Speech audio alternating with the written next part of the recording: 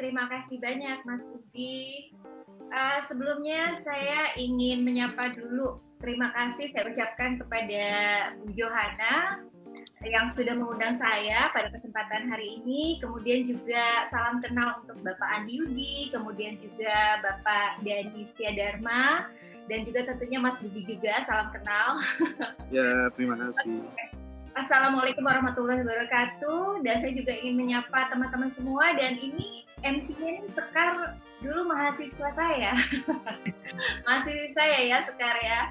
Dan alhamdulillah bisa ketemu ya di acara ini. Lalu juga teman-teman nih mungkin yang penasaran ingin tahu tentang mengenal program studi ilmu komunikasi itu apa.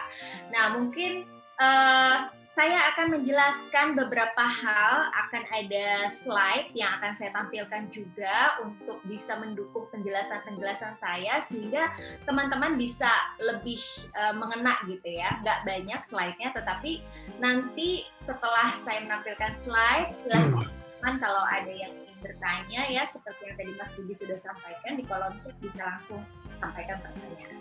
Baik, saya akan share screen.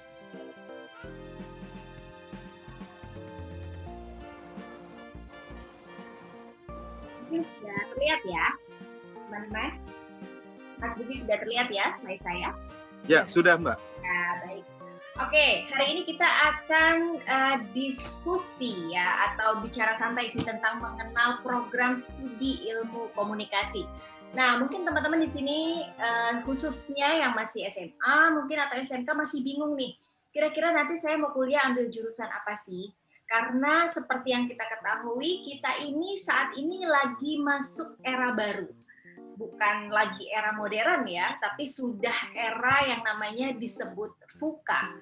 Ya, VUCA itu adalah volatility, kemudian ada uncertainty, kemudian complexity, dan juga ambiguity. Nah, itu apa sih sebenarnya? Mungkin teman-teman masih pada bingung.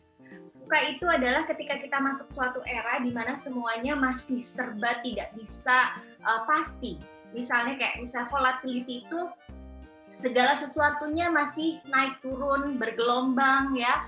Lalu juga uncertainty itu tidak pasti, segala sesuatu tidak pasti, lalu juga unpredictable, sehingga kita kadang sudah membuat suatu planning itu tidak tercapai karena sesuatu sangat bergerak dinamis dan sangat cepat.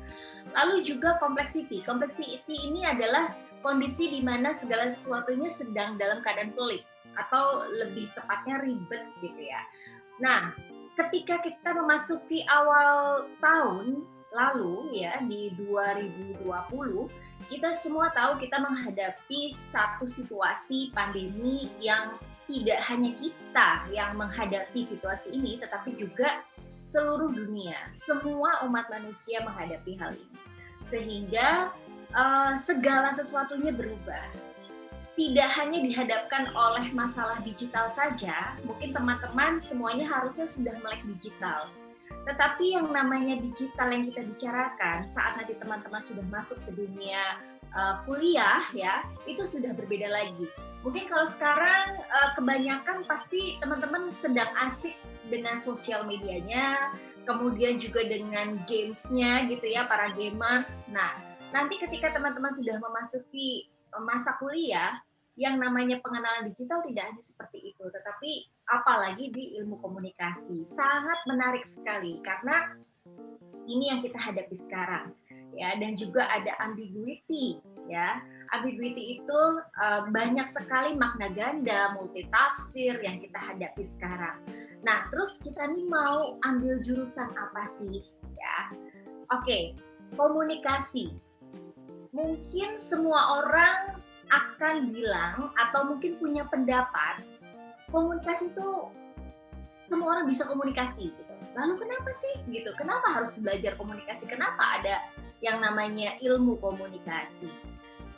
Sekarang mungkin teman-teman tahu ya, kalau misalnya semua orang sudah expert ya untuk bisa berkomunikasi dengan baik, pastinya sudah tidak ada konflik. Ya, tidak ada konflik mulai dari lingkungan sosial yang terkecil, yaitu apa? Keluarga. mulai dari lingkungan keluarga sudah tidak ada lagi tuh yang namanya ribut antara orang tua dan anak. Kemudian juga antara mungkin satu RT dengan RT lain atau dengan tetangga, ini lingkup yang lebih luas lagi. Kemudian masuk ke lingkungan misalnya teman-teman dengan sahabatnya atau dengan temennya atau dengan gengnya, suka ribut nggak gitu. Kemudian masuk lagi ke lingkup yang lebih luas sampai dengan tatanan negara, bahkan antar negara. Kenapa masih ada konflik ya? Kenapa masih ada selisih paham? Terkadang kalau kita telusuri lagi masalahnya tuh gimana? Masalahnya kebanyakan seperti lingkup misalnya yang paling simpel kita bicarakan tentang di dunia kerja ya. Itu adalah di komunikasi. Sehingga komunikasi itu terkadang banyak yang bilang mudah gitu ya. Lalu bagaimana sih kita bisa memahaminya? Penting nggak untuk mempelajari komunikasi?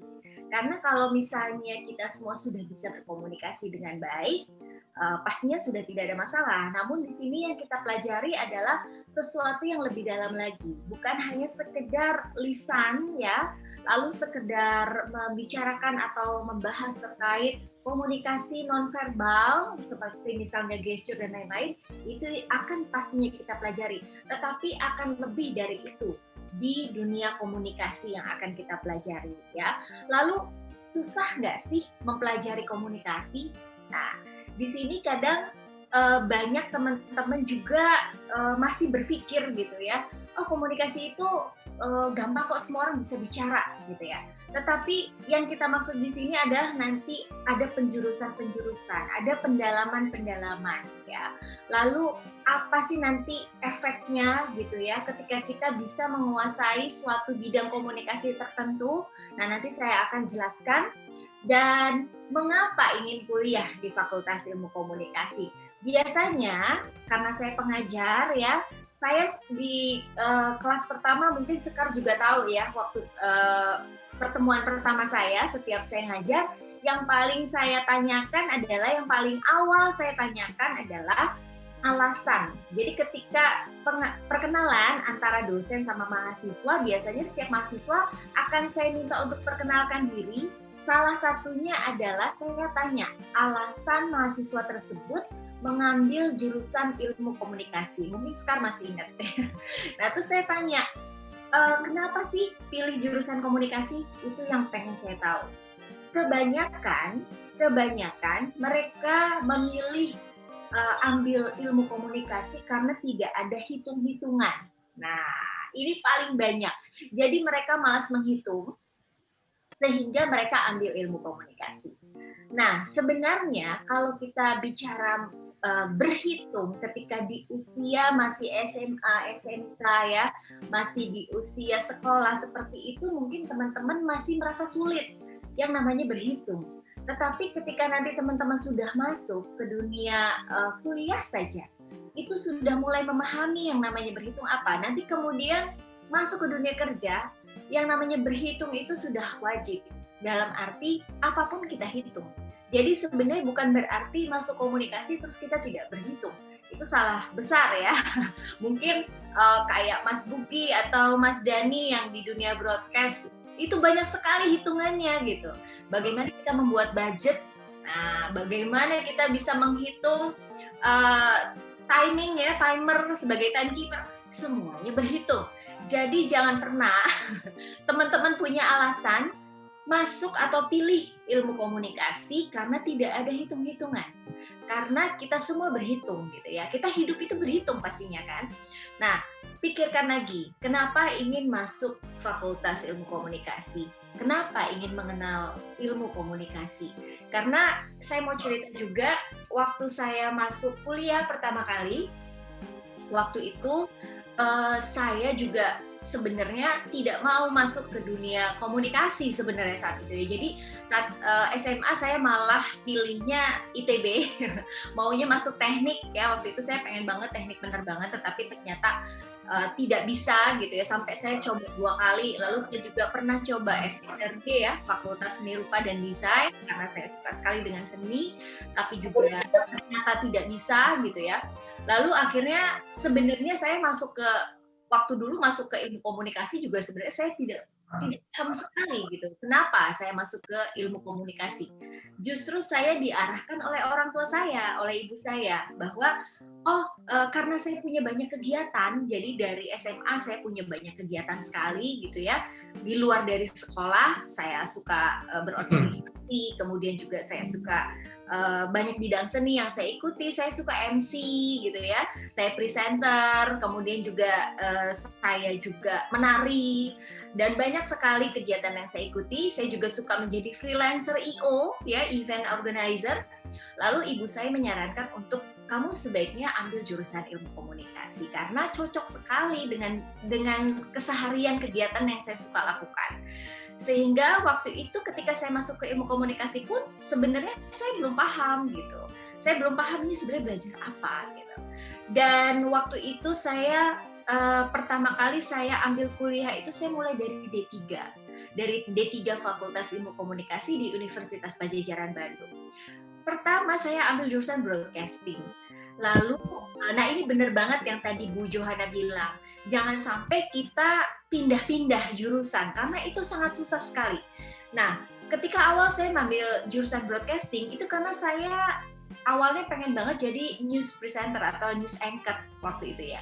Namun seiring waktu berjalan, saya pindah jurusan. Ketika sebelum masuk satu semester, belum selesai satu semester, saya minta pindah jurusan ke jurusan public relations. Sebenarnya alasannya bukan hal yang penting banget sih, karena ini jadi ceritanya masuk jurusan PR itu nyebur karena dadakan ya. Karena waktu itu saya punya bikin grup tari. Lalu kebanyakan teman saya itu jurusannya public relations, sehingga kalau kita latihan kita nyamain jadwalnya susah karena saya broadcasting sendiri. Akhirnya saya pindah ke PR. Tetapi alhamdulillah saya diceburin di jurusan yang ternyata saya sangat sukai ya, jurusan public relations. Karena begitu saya masuk, saya juga sebenarnya belum menyadari bahwa apa sih itu public relations gitu ya. Dan ternyata seiring waktu berjalan, saya baru paham sekali ketika saya sudah masuk ke dunia kerja. Kebenaran waktu itu ketika saya semester 2 masih kuliah di D3 Fakultas Ilmu Komunikasi Universitas Padjadjaran. Ketika saya semester 2 waktu itu saya tidak sengaja untuk melamar bekerja gitu ya, karena diminta sama teman-teman, ayo kita melamar jadi freelancer EO gitu ya. Lalu sebenarnya saya waktu itu menolak nih, karena saya juga banyak sekali kegiatan, yaitu tadi saya juga siaran, kemudian juga saya suka MC, lalu juga saya melatih nari gitu ya, banyak sekali kegiatan. Tapi teman-teman yang namanya masih kuliah kan pasti teman-teman punya geng gitu ya. Nah, geng saya tuh nggak mau kalau misalnya satu nggak daftar, semua nggak daftar gitu ya. Akhirnya sampai CV-nya pun diprintin sama mereka, akhirnya melamarlah ke satu kafe, restoran di Bandung namanya Musik Cafe Kintamani, zaman dulu ya. Nah, kalau Musik Cafe Kintamani kalau teman-teman tahu atau mungkin Bapak Ibu di sini yang angkatannya tahu ya, itu mungkin kalau di Jakarta seperti Hard Rock Cafe gitu ya. Jadi full entertainment gitu ya, berkaitan sekali dengan event karena setiap hari ada event. Di situ waktu itu dicari freelance EO. Tetapi begitu saya masuk, saya ikutin tesnya bersama teman-teman, ya itu masih kuliah semester 2. Dan belum terlalu... Mohon maaf Ibu, suaranya sepertinya... Ya? Ya, terdengar? Sudah terdengar suaranya ya? Aman Bu suaranya. Oh aman, oke baik. Aman Ibu. Dengar Bu. Saya terusin ya. Oke, kemudian begitu saya join gitu ya, begitu melalui beberapa tes dan akhirnya saya terpilih untuk masuk. Ternyata yang dicari itu bukan freelancer EO, tetapi yang dicari adalah event and promotions manager saat itu. Dan saat itu saya masih semester 2 dan masih kuliah. Nah, di situ saya terdorong untuk tetap mengambil itu karena juga saya belajar ternyata ketika saya masuk ke dunia kerja saat waktu itu saya sambil kuliah, banyak sekali yang bisa saya pelajari dan ternyata sangat related dengan jurusan saya, jurusan komunikasi. Nah, ketika waktu berjalan gitu ya, lalu saya meneruskan kuliah S1, kemudian S2, dan saat ini sekarang saya lagi melanjutkan studi S3 komunikasi juga, makin memahami bahwa makin menyadari ketika dunia komunikasi saat ini nih sangat dibutuhkan ya. Jadi teman-teman tahu kan sekarang lagi masanya sudah beralih, kita sangat tergantung nantinya akan kepada AI ya, artificial intelligence ya, robotik ya, big data, itu semua kita akan berjalan ke situ. Kalau di negara-negara berkembang ya seperti Jepang, Amerika ya, bahkan Singapura, Malaysia, mereka juga sudah mulai mengikuti nih. Dan di Indonesia pastinya nggak lama lagi kita semua akan berjalan ke sana. Lalu, bagaimana untuk kita bisa tetap survive ya? Jangan sampai kita salah mengambil jurusan, di mana mungkin nanti ke depannya banyak pekerjaan-pekerjaan yang akan diambil alih oleh robot. Ya, jadi teman-teman harus hati-hati. Kita bisa apa saat ini? Kita mampu untuk melakukan apa saat ini? Ya, nah, jadi jangan terlambat. Ya, jangan terlambat dan jangan diam. Dari sekarang teman-teman harus sudah mulai berpikir, kita mau ngambil jurusan apa, ya. Nah, di sini saya akan share.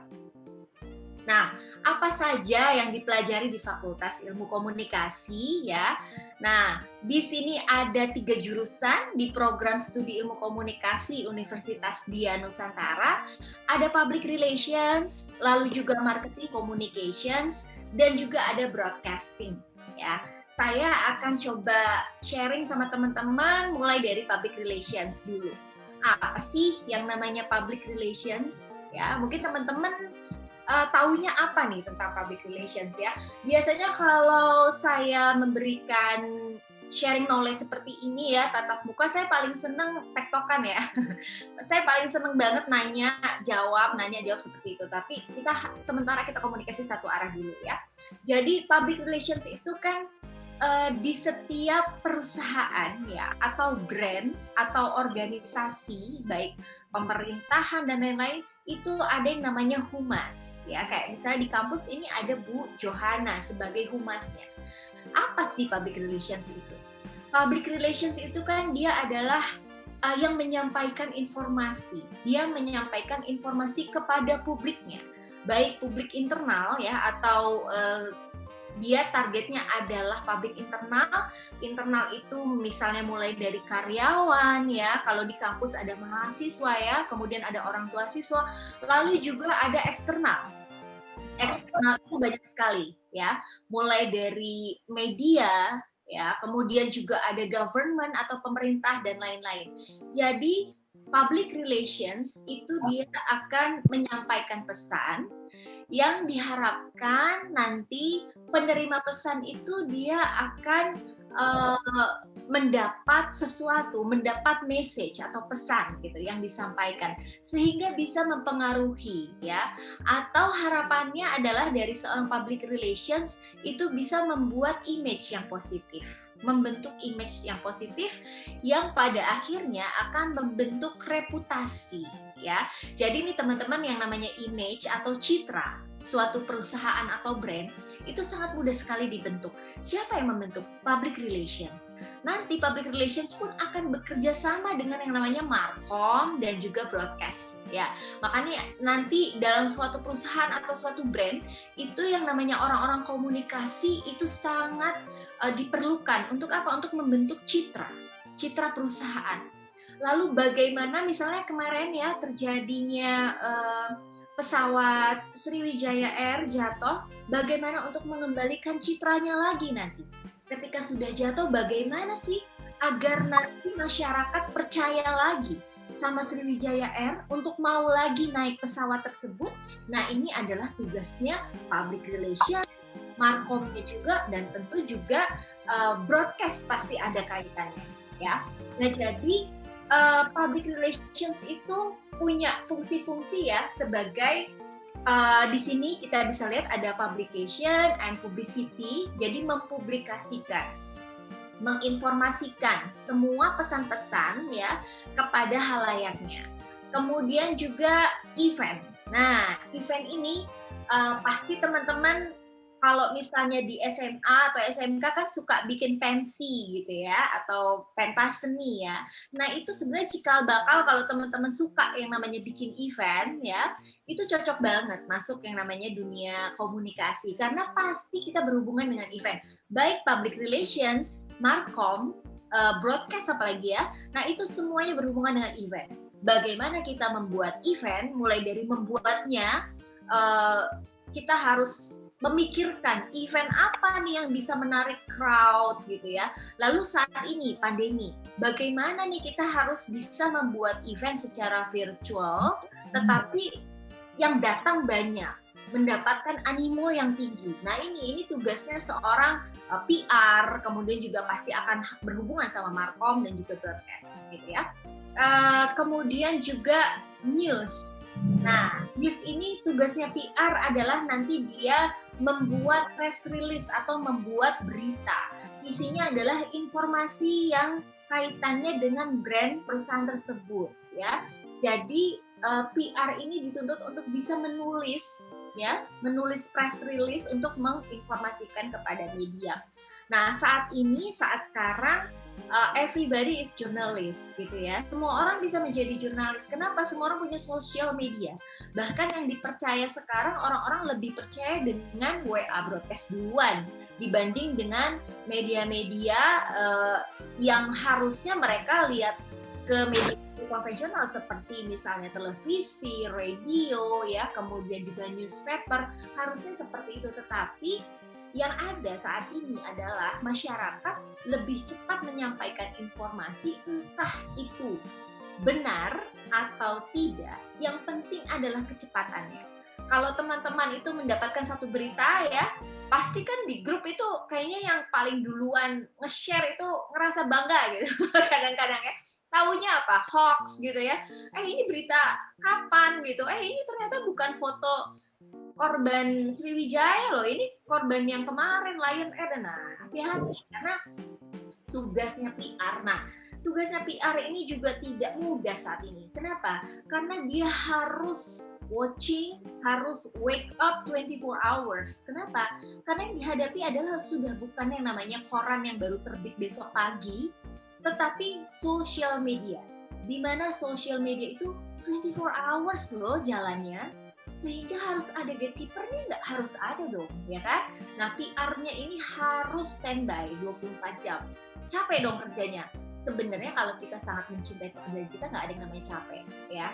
Justru kita malah senang, gitu ya. Karena ketika kita berhasil mendapatkan pencapaian di pekerjaan kita, itu pasti akan membanggakan, gitu ya. Lalu juga ada yang namanya community involvement. Bagaimana kita bisa berhubungan dengan komunitas-komunitas. Nah, saat ini kita tidak bisa bergerak sendiri, ya. Kita harus juga bisa berkolaborasi. Nah, di sini tugas PR dan nanti juga di pembahasan markom dan broadcast akan ada kaitannya dengan kolaborasi. Lalu identity media. Nah, ini kaitannya dengan media relations. Kerjaannya PR itu berhubungan dengan media, baik membangun hubungan dengan media, membuat media plan ya. Jadi kita ini misalnya teman-teman nanti jadi seorang PR, misalnya menjadi seorang PR suatu produk. Nah, produknya ini dia dipakai sama siapa sih? Nah, lalu yang pakai produk ini biasanya itu dia pakai media apa, atau dia biasanya baca media apa, atau dia follow media online apa sih dengan segmen market usia segini. Nah, itu yang teman-teman sebagai PR harus bisa melakukan hubungan yang baik dengan media tersebut, baik online maupun offline, gitu ya. Nah, kemudian lobbying. Apa sih lobbying? Lobbying itu adalah teman-teman pasti kalau nanti masuk ke dunia PR, pasti akan melakukan yang namanya lobby and negosiasi.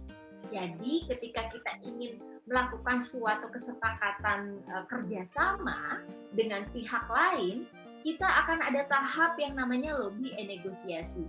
Bagaimana kita untuk deal-dealan ya bahasanya gitu, bahasa mudahnya bagaimana sih ngedealnya gitu. Nah, ini kita akan diajari di sini. Lalu social investment. Nah, social investment ini kaitannya adalah tanggung jawab suatu brand atau perusahaan terhadap lingkungannya atau yang dikenal dengan CSR, Corporate Social Responsibility. Ya, nanti teman-teman akan belajar bagaimana suatu perusahaan itu bisa menjaga image-nya, salah satunya adalah dengan melakukan kegiatan-kegiatan sosial. Jadi kepedulian terhadap lingkungannya, terhadap karyawannya, keluarga karyawan. Nah, ini kaitannya juga nanti berhubungan dengan HR atau HRD ya. Nah, makanya dunia PR itu sangat kuat sekali. Harus paham dari mulai A to Z terkait dengan perusahaan. Kenapa? Karena ketika terjadi suatu krisis terhadap suatu perusahaan, PR harus tahu. PR harus nanti yang bisa berbicara kepada publik, gitu ya. Jadi seru banget teman-teman untuk belajar di dunia PR ya. Lalu kemudian apa aja sih yang akan dipelajari di dunia PR? Itu banyak sekali. Mulai dari stakeholder relations ya, kemudian produksi media cetak, ini adalah udah intisari pelajaran public relations ya. Nah, ini semua akan teman-teman dapatin pelajaran-pelajaran ini ya di public relations. Seru nggak sih? Seru banget. Dan yang pastinya selain itu semua ada yang namanya soft skill ya, kemampuan kita, soft skill kita juga harus diasah. Seperti apa? Mulai dari kita harus bisa beradaptasi dan fleksibel untuk saat ini. Jadi yang namanya jadi seorang public relations itu kita harus bisa beradaptasi mulai dari kita dari paling bawah ya sampai ke jenjang paling tinggi. Kita harus mau atau harus bisa ya makan siang bersama teman-teman kalau di kantor gitu, sama office boy gitu ya, sama misalnya teman-teman yang tukang bersih-bersih, bahkan tukang sampah. Kita harus bisa, harus mau ya. Bukan berarti jadi PR nanti oh gue kan PR gengsi dong gue gitu ke bawah-bawah. Oh salah ya. PR yang baik, PR profesional adalah dia harus mengetahui semuanya. Bukan berarti dia hanya maunya di level tinggi atau oh saya maunya yang bersih-bersih. Itu nggak akan sukses jadi PR, akan di situ-situ aja. Tetapi kita harus mau turun, kita harus mau lihat keadaan di bawah seperti apa. Itu namanya adaptasi. Lalu juga kita harus bisa juga berada di level tertinggi.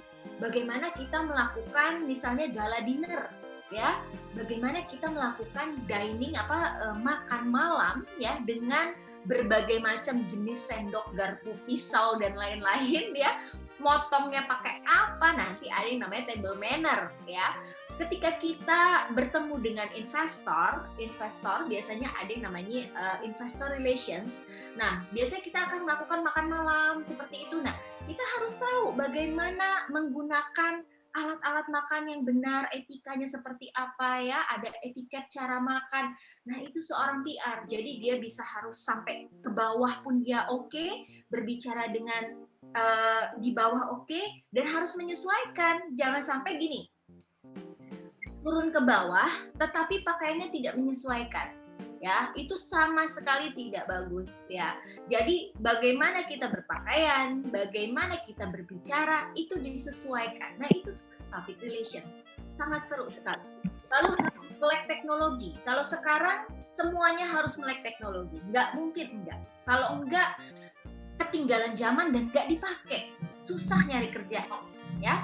Lalu harus kreatif dan inovatif. Ini kunci banget, kreatif ya. Seorang PR, semua PR sama. Semua kemampuan PR sama. Apa yang membedakan? Kreativitas. Karena kreativitas itu mahal. Apakah bisa robot? Kreatif, robot ya. Nah, robot itu disetting biasanya berdasarkan dia akan membaca dari AI, dia akan membaca algoritma. Kebiasaan-kebiasaan. Lalu bagaimana dengan kreativitas? Ya, kreativitas itu setiap orang berbeda-beda. Setiap orang punya imajinasi berbeda-beda. Setiap orang punya daya seni beda-beda. Sense of art berbeda-beda. Sehingga teman-teman kalau mau masuk jurusan ilmu komunikasi, dari sekarang belajar kreatif. Semua public relations, markom, broadcast, semuanya butuh kreativitas. dan pastinya inovatif ya, dan jangan plagiat ya. Jadi harus murni, jangan misalnya si A bikin apa, oh kita bikin kayak gitu aja, oh itu namanya nggak kreatif, itu namanya nyontek ya. Jadi kreatif itu adalah bikinlah sesuatu yang unik, sesuatu yang orang nggak bikin ya. Jadi belajar untuk bisa berpikir dengan pikiran sendiri. Gitu. Lalu literasi data ini sangat penting karena tingkat literasi di Indonesia itu masih sangat minim ya. Seperti teman-teman tahu ya, kalau misalnya membaca berita mungkin di online atau di sosmed, biasanya cuma baca apa? Judulnya aja. Tidak masuk sampai ke konten. Nah ini yang bahaya. Jadi kalau masuk dunia komunikasi, kita belajar untuk nggak bisa ada ini langsung gini. Jadi kita mendalami suatu konten ya. Kemudian harus berpikir kritis. Oh, itu harus. Kenapa? Karena kalau kita tidak berpikir kritis, kita akan stuck dan kita hanya manut-manut aja atau kita hanya menjadi followers. Nah, itu jangan. Jadi teman-teman harus mau tahu, mau berkembang ya. Lalu kompetensi digital itu juga sangat penting. Kepemimpinan, leadership. Nah, ini yang utama karena teman-teman masuk ke semua lini, leadership itu sangat penting. Leadership itu apa saja? Di dalamnya banyak sekali, mulai dari bagaimana pengaturan jadwal. Nah, ini teman-teman mulai dari sekarang yang belum punya schedule daily, dibuatlah schedule daily ya.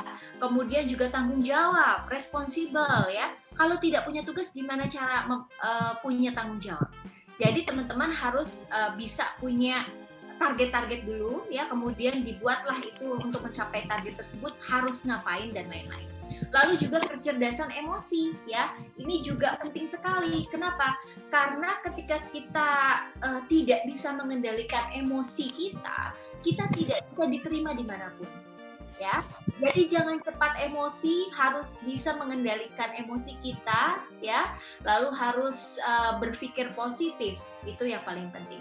Itu terkait dengan dunia public relations. Sekarang kita akan lihat marketing communications. Nah, apa sih bedanya sama public relations? Kalau tadi public relations fokusnya adalah bagaimana menjaga image ya, kemudian mengkomunikasikan pesan ya, dan menjadi jembatan antara perusahaan dengan khalayak atau dengan publik atau dengan customer-nya gitu ya.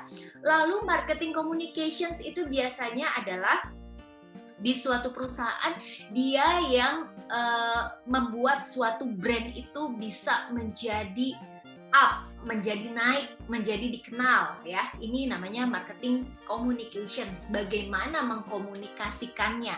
Misalnya sudah ada produknya ya. Oh, produknya A, B, C. Lalu how to communicate? Gitu. Bagaimana mengkomunikasikannya? Nah, ini marketing communications itu dia kaitannya adalah nanti dengan produk atau jasa atau brand yang dimiliki oleh perusahaan ya. Nah, di sini teman-teman bisa lihat Markom itu biasanya membuat dan menjalankan iklan. Dia biasanya membuat suatu promosi ya, publikasi promosi tidak selalu iklan saja.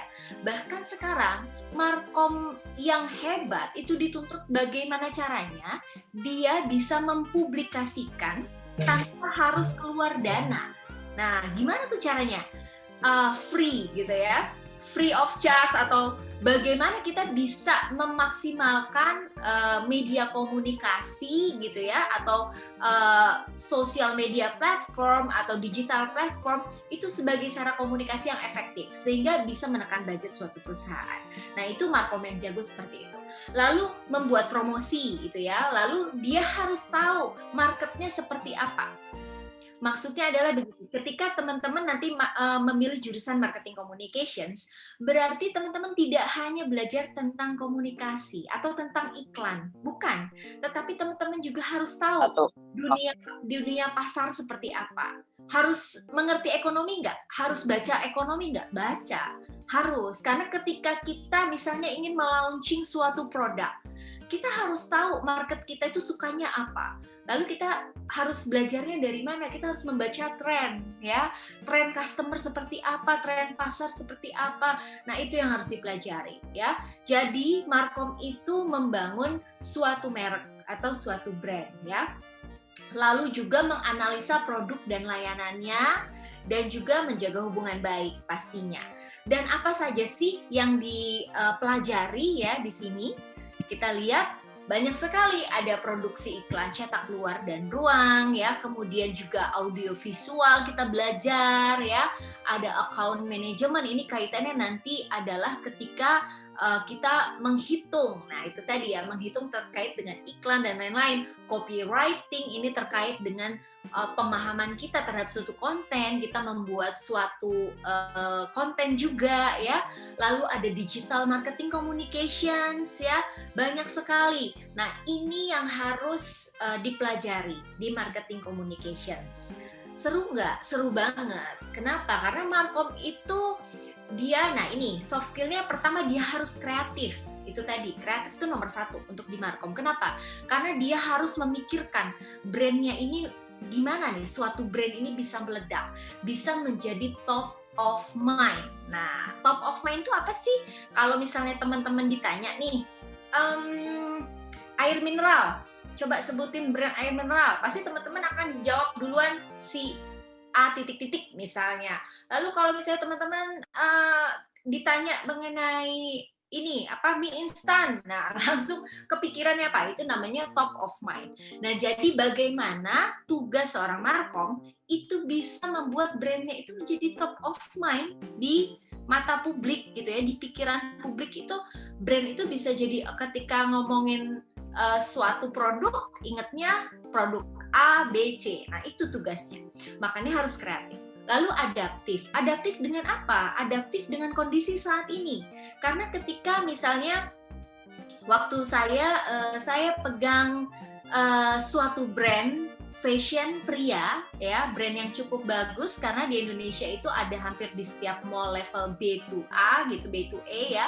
Nah, ini ketika pandemi datang itu semua karena saya sebagai GM waktu itu di situ ya, dengan terpaksa semua SPG di seluruh Indonesia itu harus dirumahkan. Kenapa? Karena mall semua tutup. Lalu bagaimana kita harus berpikir nih, tidak mungkin kita tidak jualan. Lalu kita harus jual apa? Karena saat itu orang tidak mencari baju. Saat itu orang tidak fokus ke fashion, boro-boro ya. Orang akan lebih fokus kemana? Akhirnya karena kita ada di bawah satu perusahaan yang besar yaitu Pen Brothers, kita membuat yang namanya masker, kita membuat APD. Lalu kita berinovasi, tidak hanya sampai di situ. Bagaimana kita membuat masker dengan antivirus gitu ya? Bagaimana kita membuat APD juga yang misalnya tahan terhadap beberapa liquid dan lain-lain. Nah, itu inovasi. Nah, itu kerjaan Markom ya. Kita menggodok gimana sih caranya suatu produk ini bisa bermanfaat dengan kondisi saat ini. Nah, itu adaptif. Kita harus tahu bagaimana kita harus cepat beradaptasi ketika kita menemukan suatu situasi seperti itu. Lalu komunikatif itu sudah pasti ya, karena yang namanya marketing communications pasti harus komunikatif. Dan juga kepemimpinan, semuanya harus ada, jiwa kepemimpinan ya, kompetensi digital, social skill, analytic skill, dan kecerdasan emosi. Itu yang wajib dimiliki ya oleh marketing communications. Seru nggak marketing communication? Seru banget, karena di sini benar-benar kita dituntut untuk bisa dinamis ya. Kemudian kalau pekerjaan orang komunikasi ya teman-teman, itu bukan yang di belakang meja. Jadi bukan hanya di belakang meja gitu ya, terus hanya tiap hari gitu buka PC atau laptop begini, tidak seperti itu. Orang komunikasi itu sangat lincah, dia harus gesit kemana, mobile ya, kemana, berhubungan dengan orang, berbicara. Nah, itu teman-teman kalau memang suka seperti itu harus pilih jurusan komunikasi ya. Nah, kemudian yang terakhir adalah broadcasting. Nah, ini pasti Mas Bugi dan Mas Dani nih ahlinya ya, jagonya nih Pak Dani sama Mas Bugi, karena memang orang broadcasting. Nah, broadcasting itu tidak hanya mempelajari atau jadi seorang presenter, tidak hanya seperti itu, tetapi juga teman-teman bisa menjadi orang di belakang layar yang memikirkan bagaimana suatu program itu bisa menarik, bisa banyak peminatnya, banyak audiensnya. Nah, ini dipelajari di brand. broadcasting ya. Bagaimana membuat suatu narasi, membuat program ya ini di broadcasting. Nah, di broadcasting itu ada apa? Mulai dari jurnalis ya, kemudian presenter, reporter, anchor atau pembaca berita ya, ada kameramen, lalu ada gatekeeper, tim kreatif, program director, produser dan masih banyak lagi. Seru nggak? Seru banget. Karena teman-teman, nah ini nih, yang mau kerja di broadcasting itu tidak boleh malas pastinya. Semuanya nggak boleh malas, tapi broadcasting itu dia biasanya tuh kalau di dunia televisi gitu ya, itu bener-bener kerjanya full sekali. Karena dia harus, apalagi di berita ya, di news yang mungkin nanti Mas Bugi bisa juga sharing gitu ya, bagaimana sih orang-orang broadcast. Kalau saya kemarin sempat punya pengalaman sebagai presenter atau penyiar radio. Nah, bagaimana kalau dulu dan sekarang beda. Kalau sekarang sudah lebih canggih-canggih, mungkin nanti Mas Bugi bisa sharing juga. Kalau dulu kan kita bener-bener mikirin banget ya, kita mau bikin program apa, terus kita harus mikirin segala macam dan nggak ada yang namanya otomatis dan lain-lain. Nah, kalau sekarang tuh udah semuanya sudah bisa ter-record dan lain-lain gitu ya. Nah, ini seru banget karena yang dipelajari juga banyak di sini ya. Mulai dari dasar-dasar penyiaran, kemudian penulisan naskah ya, lalu juga pemrograman dan lain-lain, itu banyak sekali yang akan dipelajari di dunia broadcasting. Dan juga di sini apa aja sih yang keterampilan yang harus dimiliki, soft skill-nya? Pastinya kreatif, again and again, kreatif dan inovatif itu pasti teman-teman harus dimiliki oleh orang-orang komunikasi. Itu nggak mungkin banget nggak kreatif gitu ya. Lalu juga melek teknologi, apalagi broadcast sekarang dengan teknologi yang terus aja ya berubah. Baru kita beli alat ini, bulan depan udah berubah lagi nih, ada spek yang paling tinggi lagi gitu kan. Nah itu, lalu program, biasanya kita baru install suatu program, ada lagi dong yang lebih keren lagi. Nah itu, jadi kita harus terus ngikutin teknologi. Lalu adaptif ya terhadap situasi saat ini, mungkin sekarang lagi eranya YouTube lagi naik, podcast lagi naik. Nah, bagaimana menyikapi hal ini gitu ya? Bagaimana teman-teman menyikapi hal tersebut? Lalu juga literasi penting juga. Kenapa? Karena terkait dengan konten ya, broadcast pun akan berpikir terkait dengan konten ya. Lalu berpikir kritis juga sudah pasti, kompetensi digital, kepemimpinan yang selalu melekat di setiap jurusan, dan juga kecerdasan emosi juga di semua 3 jurusan itu pasti ada. Lalu nanti pasti biasanya akan tanya nih, dari 3 ini mana yang paling menarik? Semuanya jawabannya menarik. Tinggal nanti teman-teman saja yang akan lihat saya cocoknya ada di mana. Biasanya kita itu bisa juga nih teman-teman ya, sekarang banyak sekali yang namanya assessment ya, assessment test untuk kita bisa melihat kita ini cocoknya masuk jurusan mana. Teman-teman bisa googling, banyak sekali yang namanya tes-tes kepribadian gitu ya, atau DISC gitu. DISC itu nanti teman-teman bisa dilihat kira-kira teman-teman dengan hasilnya DISC-nya apa, itu cocoknya mengambil jurusan apa. Nah itu kalau dulu kan memang saya juga memberikan training tentang itu ya, bagaimana bisa assessment seseorang bisa ditempatkan di kalau di pekerjaan itu di departemen mana, biasanya seperti itu ya. Nah tapi kalau sekarang dengan kemajuan yang sangat pesat, teman-teman sudah bisa juga tes melalui internet ya, tes sendiri kira-kira cocoknya di mana jurusannya gitu. Nah kira-kira itu ya yang saya sampaikan terkait 3 jurusan tadi, dan pastinya semuanya menarik, semuanya bagus, semuanya ada masa depannya, karena yang namanya komunikasi itu kaitannya dengan kreativitas. Kreativitas itu juga, robot itu bisa kreatif tapi terbatas. Kenapa? Karena robot tidak punya apa? Tidak punya emosi, tidak punya hati, tidak punya naluri. Sedangkan manusia itu masih punya, sehingga pekerjaan komunikasi mudah-mudahan ke depannya ya masih tetap eksis gitu yang di lingkup komunikasi. Nah, teman-teman silahkan di sini adalah kontak saya share juga ya. Ini adalah The Story of Dian adalah alamat Instagram saya dan ada nomor handphone saya untuk sharing ke depannya setelah kalau misalnya mau tetap keep in contact. Oke, Mas Bugi, itu beberapa yang bisa saya share, saya kembalikan lagi ke Mas Bugi, silakan.